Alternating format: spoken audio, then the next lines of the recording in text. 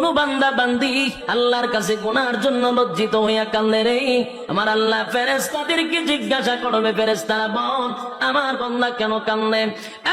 ফেরেশতারা বলবে মালিক আপনার বান্দা জাহান্নামের ভয়ে কান্দে। আল্লাহ বলেন জাহান্নাম কি আমার বান্দা দেখছে? না মালিক, জাহান্নাম কোনদিন দেখে নাই, তাহলে কেন কান্দে? বলে আলেমদের জবানে জাহান্নামের ভয়ের কথা শুনছি এই জন্য কান্দে।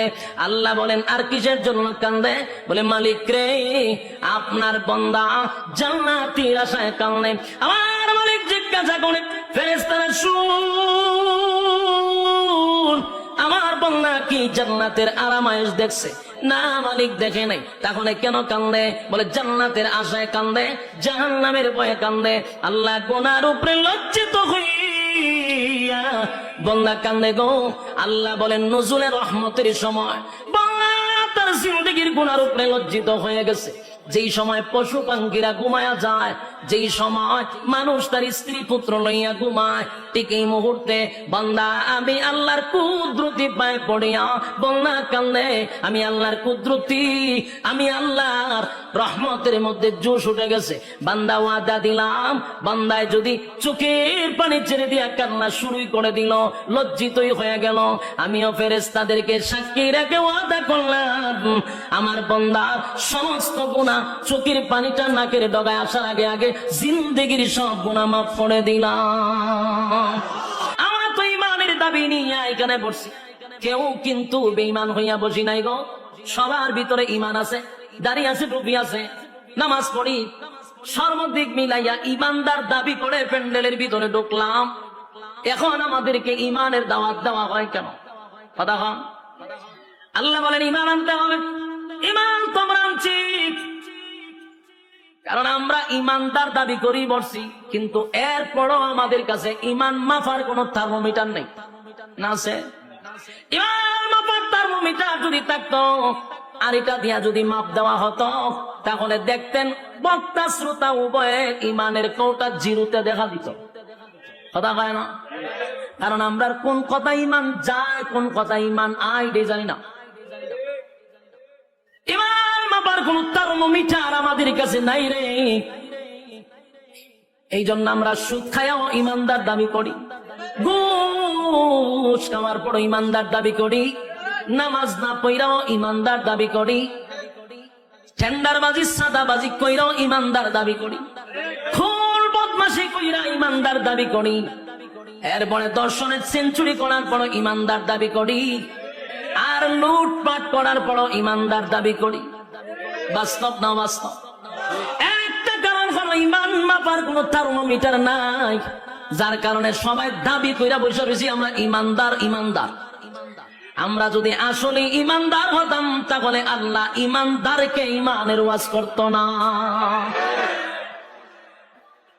যুবক ভাই, ইমান এমন একটা বড় নিয়ামত, ইমান সবচেয়ে বড় নিয়ামত। ইমান কেমনে যায় আমরা জানিও না, হাসতে হাসতে ইমান আমরা বিক্রি করে দিই। 5 টাকার চার কাছেও ইমান বিক্রি হয়। কথা হয় না? দি বুড়া বুড়ির সময় এলে দেখবেন লাঙ্গল মার্কায় গিয়া চা খাওয়ায়, কয় বুটকারে দিবি, আপনারই দিব। চা আপনি খাওয়াইছেন, বুট আপনারই দিব। এবার আনারস মার্কা চা খাওয়াইছে, বুটকারে দিবি, আপনারই দিব। চা আপনি খাওয়াইছেন, মার্কা গিয়া জিগায় বুটকারে দিবি, কফি খাওয়াইলাম, বুটকারে দিবি, আপনারই দিব। বলুন তো দেখি বুট কয়টা দিল? কয়জন রে? বুট একটা দিল 3 জন রে। ইমান আছে না গেছে? তাহলে আমাদের অভ্যাসে তো খারাপ, 5 টাকার কাছে ইমান বিক্রি হয়। কথা বলে না? আমার অনেক মানুষ ফার্মেসিতে কদিন আগে আমি গেলাম, দেখি এক বেচারা ডাক্তার রে কইতেছে কালকা ওষুধটা না খাইলে মরে গেছিলাম বুকের ব্যথা। তার মানে ওষুধে তারে বাঁচাইছে। এই কথাটাও সাংঘাতিক, আমরা কিন্তু এগুলা বলি। এই কথার দ্বারা ইমান চলে যাওয়ার সম্ভাবনা আছে না নাই? ওষুধ আমাকে বাঁচাইতে পারে না। আবার অনেকে বলে আমার সন্তানটা যদি বিদেশে না থাকতো, না খাইয়া মরতাম। হয়নি?